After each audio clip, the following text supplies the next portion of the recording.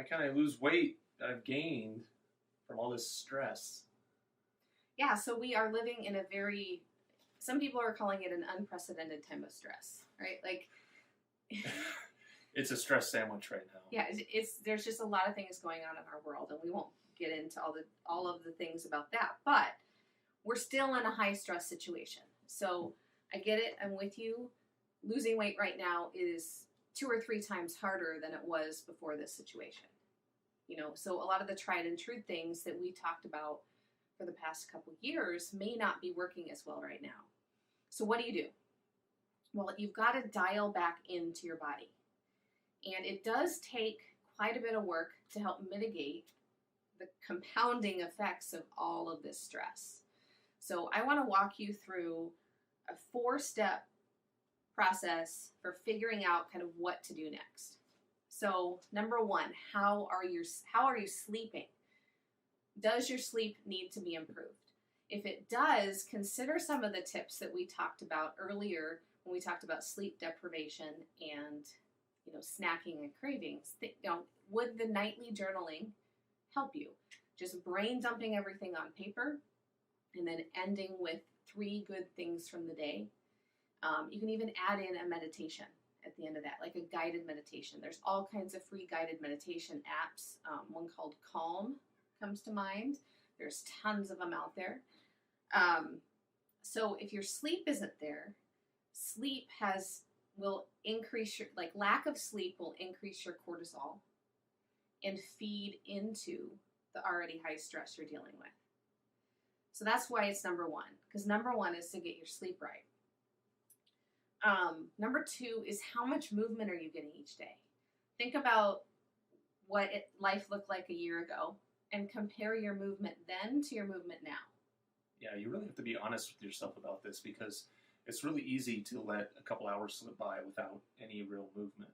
And we all hear this, the good advice to stand up every 50 minutes and go do something else and then come back and refocus on whatever we're working on.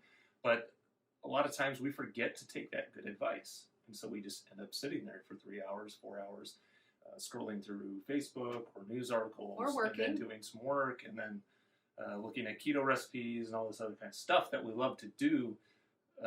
But we're really doing ourselves a disservice by not being active while we're doing that. You can do a lot of that stuff and still be moving. Yeah, so what are some ways to interrupt yourself? You can look at a Pomodoro timer.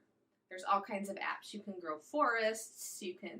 There's all kinds of fun ways to set timers. So it's a focus timer, and then there's a timed break. So every time you hit that timed break, you go, I'm going to move. Some days it's raining and it's crummy outside. Other days it's nice, and I'll go walk around the house a few times. So if it's crummy inside, I'll do 100 jumping jacks. Or I'll go to YouTube and watch a video, and I'll just stand there and I'll march in place for 5 minutes, right? But it's just you can jump up and down, jumping up and down, getting on a yoga ball. If you're not very mobile, getting on a yoga ball and just bouncing up and down. That up and down movement really helps center your body. Yeah. You can get one of those small trampolines. Yeah. Get a small trampoline and jump for 5 minutes on every hour just to get things moving.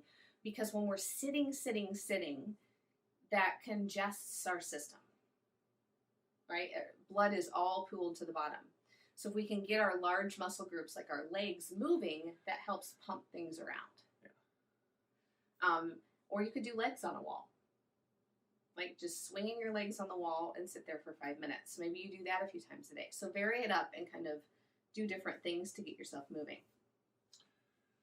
So, and then just evaluating again how much time you're spending in that news cycle. How much time am I feeding myself these stress responses?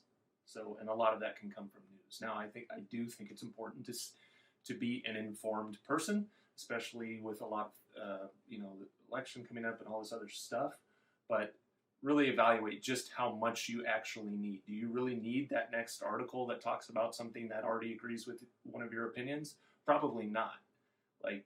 Just spending more time in those news articles is not going to make you any more informed. It's probably just going to make you more inflamed. And something that I need to do this week is to turn off my news alerts.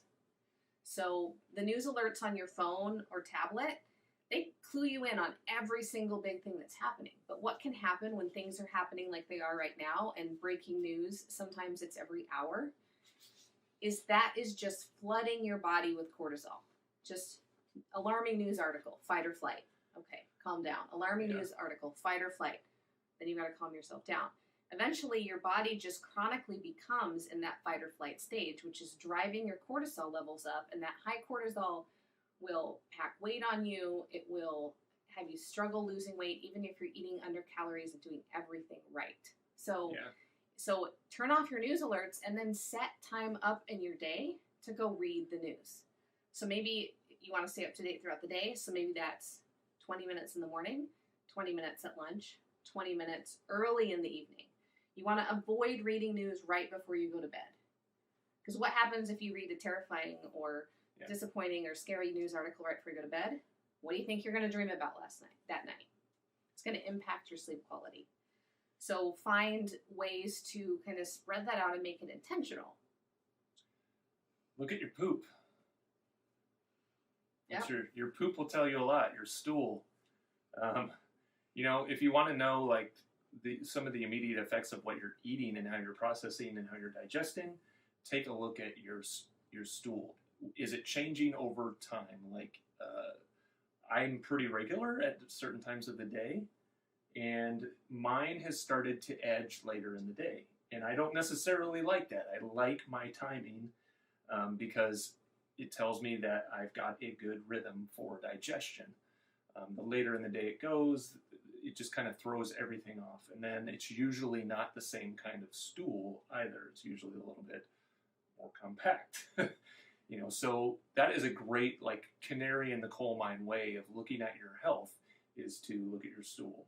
Because really, so much of our health comes back to our digestion. So, we've got to stop being like shamed to talk about poop. So we talk about poop a lot in our house, in fact. So you can look online in a Bristol stool chart. You can just Google Bristol stool chart. And I think it's like 8 different types of poops. You can kind of start to try to move. Like, so if you have chronic diarrhea, maybe you need more fiber in your diet. Maybe you need to try some, we're going to cover this in a moment, but some different things to help absorb toxins in your body, or increase your fiber intake with something like acacia fiber or psyllium husk fiber. And finally, we have a video that we did at the beginning of the year called 11 Detoxification Tips to Kickstart Your Year. And that has 11 tips that will kind of help you dial things in. So it's important, maybe choose 2 or 3 of these things and implement them every week. Kind of make them a habit and then continue to build on those small habits. So in the comment below, type in what you know you need to do in order to reduce your stress levels and hence your cortisol response to help your body release the extra weight that it's packed away. Thinking that this is a time of famine. I mean, that it's a natural response for our body to pack away fat. And very few of us are exempt from that result. So then you could consider trying some supplements, some of the ones that we've used. Is that in this? Yeah. Okay, so some of those supplements that I just mentioned that can help absorb toxins in your body. Yeah. Bentonite clay. Oh, you might also hear that called living clay. Yeah, so that's something you would mix into water, and with all of these, you want to drink a large quantity of water. So we're talking 12 to 16 ounces, because you want the water to help flush things through. Activated charcoal is another good one. Activated charcoal has, like, some people take it to, like, if you have diarrhea, it can be very effective, as well as something called Enteros gel. So this is a gel that was introduced to me by my naturopath. And it's effective especially if diarrhea is your issue. So if you have a lot of soft stools or borderline diarrhea, this is something to look at.